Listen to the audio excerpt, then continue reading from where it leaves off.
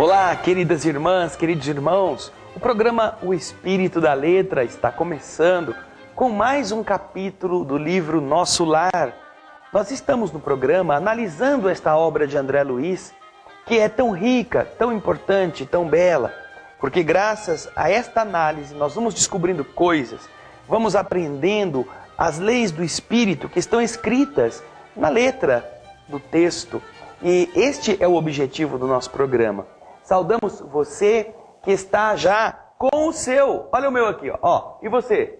Já pegou o seu? Já arrumou o seu cantinho de leitura? Você vê que em cada programa nós procuramos mudar um pouco a nossa estrutura para que você veja como é possível variar, como é possível adaptar aquilo que você tem à sua disponibilidade de ler no tempo que você possa. Então hoje o capítulo é muito interessante.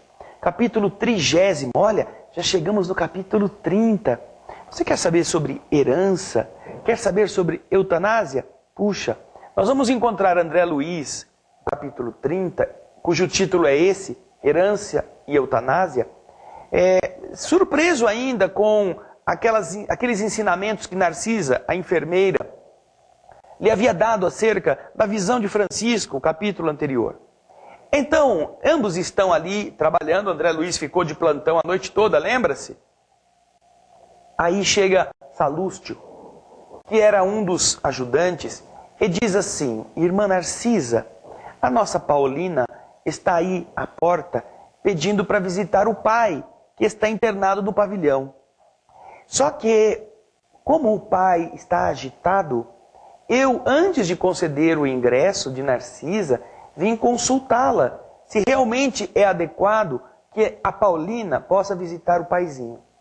Aí então, a enfermeira Narcisa, com gestos muito carinhosos, diz a Salústio: veja, Salústio, ela tem autorização da ministra para visitar o pai. Ela é uma mulher muito dedicada e está buscando ajudar a família a se recompor, a fazer as pazes.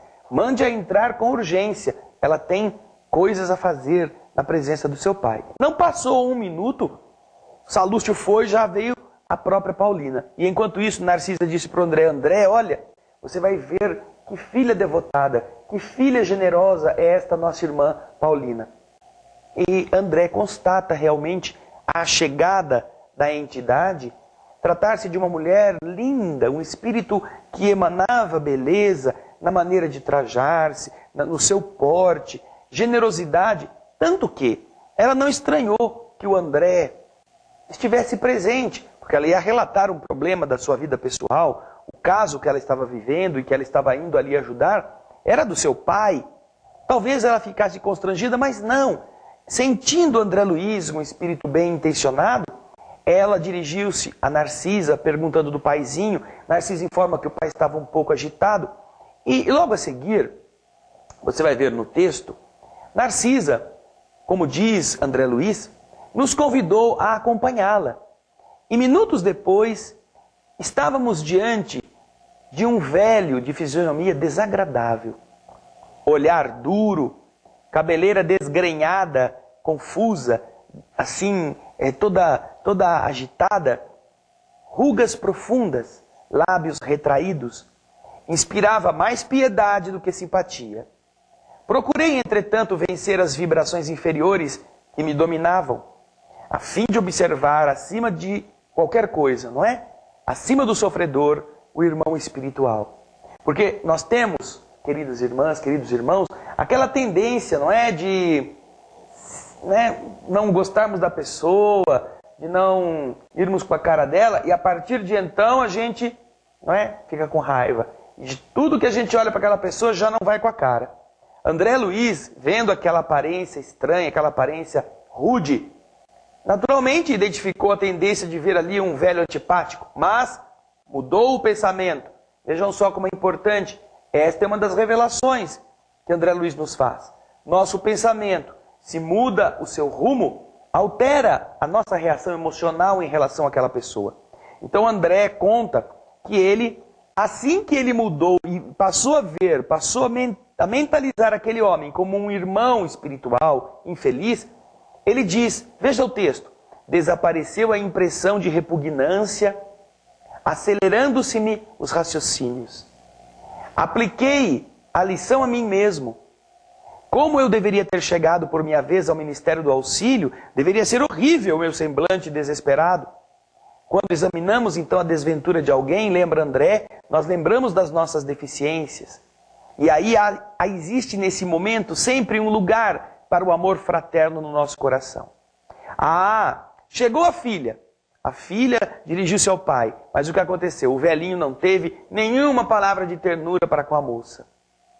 Mesmo sendo carinhosa, mesmo sendo generosa, como o seu olhar, que evidenciava aspereza e revolta, ele semelhava-se a uma fera que estava enjaulada. E ela então, dirigindo-se ao pai, está tentando convencer o velhinho a atuar de uma forma, a perdoar as agressões de que foi vítima. Papai, o senhor está melhor? Ela pergunta. Com muito carinho, ela demonstra esse amor de filha. E o velho grita em voz estentórica, em voz metálica, não posso esquecer o infame, não posso descansar o meu pensamento, aí eu ainda vejo ao meu lado, me dando veneno mortal, fala o velhinho. E a moça, acabrunhada, triste, diz, papai, não diga isto. Lembre-se de que Edilberto entrou em nossa casa como filho, enviado por Deus. Meu filho! Gritou o infeliz. Nunca, nunca aquele demônio, meu filho. Ele é um criminoso sem perdão, filho do inferno. Olha só. O velho estava desesperado, de raiva, fulo da vida. Paulina falava com calma, procurava ser carinhosa, procurava envolver o velhinho em uma atmosfera generosa, com os olhos cheios de água. Mas ela argumentava.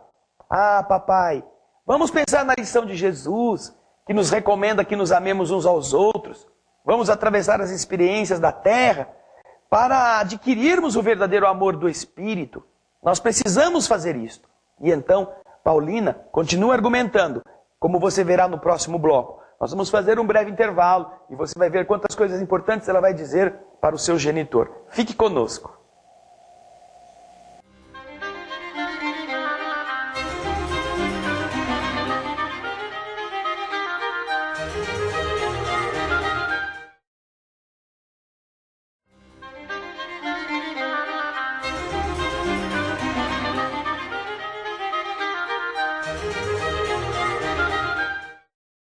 Estamos voltando com o programa O Espírito da Letra, analisando a obra de André Luiz. Hoje o capítulo é o capítulo 30, Herança e Eutanásia. Já vimos Paulina conversando com o pai. O pai está revoltado com um dos filhos, Edilberto, a quem ele acusa de ser assassino, de ser o indivíduo que fez com que ele morresse, que ele acabasse a existência em situação difícil, e ele carrega-se de ódio. E a filha Paulina está tentando convencê-lo a não agir deste modo, a não ter raiva daquele ser que, na verdade, chegou à família como filho de carne e osso para que eles se entendessem. Não é apenas para que comessem a mesma comida, que dormissem debaixo do mesmo teto. A família é um cadinho, aquele crisol, aquele recipiente onde os produtos químicos se misturam, onde se derrete o ferro, se derrete o chumbo, em altas temperaturas, ali se misturam para que se harmonizem. Então, você vai ver aí ela argumentando com o pai. E ela diz assim, olha o texto, acompanhe conosco. Perdoe Edilberto, papai. Procure sentir nele, não o filho leviano, mas o irmão necessitado de esclarecimento. Eu estive em nossa casa ainda hoje, lá observando extremas perturbações. Daqui deste leito, olha gente, vamos fazer uma pausa aqui. O velhinho estava desencarnado, estava na cidade Nosso Lar, estava sendo amparado em uma das câmaras de retificação. E olha, ela diz, daqui deste leito, papai, você envia, você envolve todos os nossos em fluidos de amargura, de incompreensão. E eles, lá na terra, fazem a mesma coisa com o Senhor. O pensamento, em vibrações muito sutis, chega até o alvo, por mais distante que esteja. A troca de ódio e desentendimento causa ruína e sofrimento nas almas. Mamãe, veja só o que aconteceu com ela. Mamãe recolheu-se faz alguns dias ao hospício, ralada de angústias. Amália e Cacilda entraram em luta judicial contra Edelberto e Agenor, seus dois irmãos, em virtude dos grandes patrimônios materiais que o Senhor juntou nas esferas da carne. Um quadro terrível, cujas sombras poderiam diminuir se a sua mente vigorosa, papai, não estivesse mergulhada nos propósitos de vingança. Aqui nós o vemos em estado grave. Na terra, mamãe louca e os outros irmãos, os outros filhos perturbados, odiando-se entre si. Em meio de tantas mentes desequilibradas, diz Paulina, uma fortuna de 1.500.000 cruzeiros na época. Não é? Cruzeiros daquela época. Vamos pensar em reais hoje.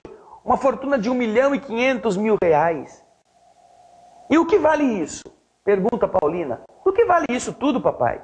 Esse 1 milhão, 2 milhões, 5 milhões, você que está em casa, que às vezes conhece situações parecidas com esta. O que vale tanto dinheiro quando existe tanto ódio?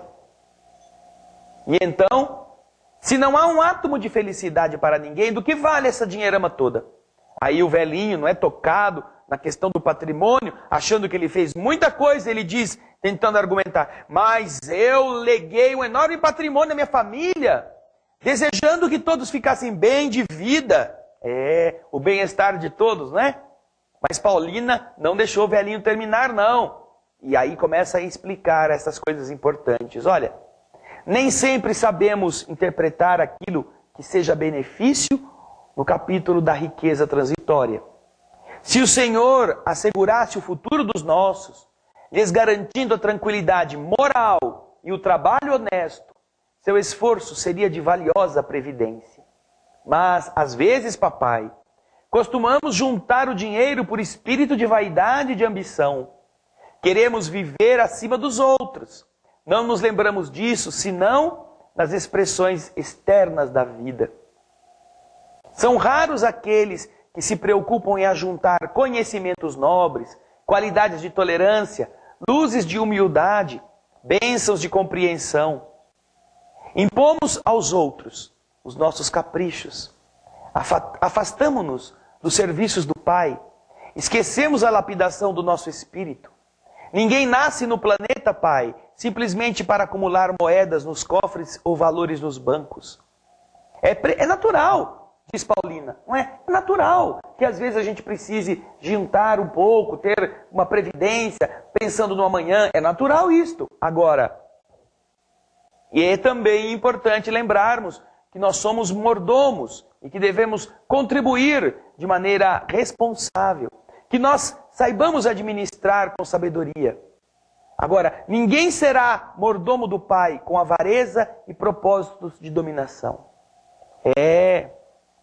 Esse gênero de vida, Pai, arruinou nossa casa. Em vão, no outro tempo, eu tentei levar um socorro espiritual ao ambiente doméstico. Enquanto o senhor e a mamãe se sacrificavam para aumentar os ganhos, Amália e Cacilda esqueceram o serviço útil. E como preguiçosas da banalidade social, encontraram outros. Olha como é fácil encontrar gente que quer tirar uma boquinha, não é? Que quer aproveitar o golpezinho do baú. Encontraram outros. Quem? Outros ociosos. Que as desposaram, que se casaram com elas, justamente com o objetivo das vantagens financeiras. Em contrapartida, Agenor repudiou o estudo sério, entregando-se às más companhias. Edelberto conquistou o título de médico, mas esqueceu-se por completo da medicina e só a exerceu de longe em longe, como o trabalhador que visita o serviço por curiosidade. Todos os seus filhos arruinaram belas possibilidades espirituais, distraídos pelo dinheiro fácil e apegados à ideia da herança. E quando a coisa doeu na consciência do velho, o que ele voltou a fazer? Maldito Edelberto, maldito, filho criminoso, ingrato, me matou sem piedade. Quando ainda eu precisava regularizar minhas disposições testamentárias, malvado, malvado, continuava gritando o homem. difícil de entrar na cachola de uma pessoa, não é? A filha então diz a ele: cale-se, papai. Tenha compaixão do seu filho, perdoe, esqueça. Mas ele continua a praguejar, a praguejar. Então, Narciso olhou para ela e disse: olha, espera um pouquinho, não adianta nada. Ele está perturbado. Não adianta, Paulina. Vamos pedir a Salúcio que socorra o doente. E é isso que nós vamos falar a você agora. Espera um pouquinho, não vai embora. Daqui a pouco a gente volta para terminar este capítulo 30, Herança e Eutanásia. Fique conosco.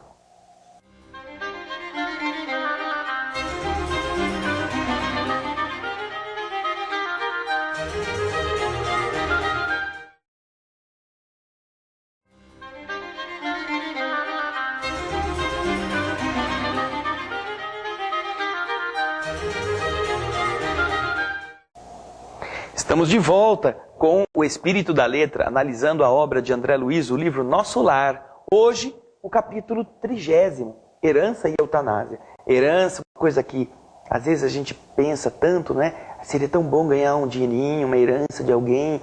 Ai, meu Deus do céu, por que eu não tenho essa sorte? Ou então as pessoas dizem assim: ai, não, eu vou juntar bastante para deixar uma boa herança para os meus filhos.